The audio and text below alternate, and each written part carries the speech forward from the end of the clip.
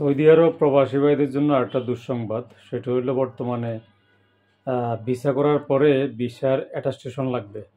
এটা বাংলাদেশের যারা আবাল বসে আছে, যারা আবাল সচিব, বিভিন্ন কর্মকর্তা বসে আছে, এরা বসে বসে এসব বালছালের নীতি করে যে এমনিতেই একটা লোকের ম্যান পাওয়ার, ফিঙ্গার, এটা সেটা আগডুম বাগডুম দিয়ে একটা লোকের যে কষ্ট, সেটা তারা মনে হয় দেখতেছে না। এগুলো হচ্ছে একটা ধান্দার পয়েন্ট, মানে নিত্য নতুন ধান্দাবাজি বের করা। ওই যে কিছুদিন আগে এই পাসপোর্ট করতে পুলিশ ক্লিয়ারেন্স লাগবে, সেটা দিয়ে কত ধান্দা হয়েছে না, এই টাইপের ধান্দা আর কি। এখন বলা হচ্ছে বাংলাদেশ থেকে যে সৌদি আরবের প্রত্যেকটা ভিসার জন্য অ্যাটাস্টেশন লাগবে। কেন? অ্যাটাস্টেশন ভারত সহ, নেপাল সহ যারা আছে এরা কেউই এগুলা করে না, তাদের ম্যান পাওয়ার লাগে না।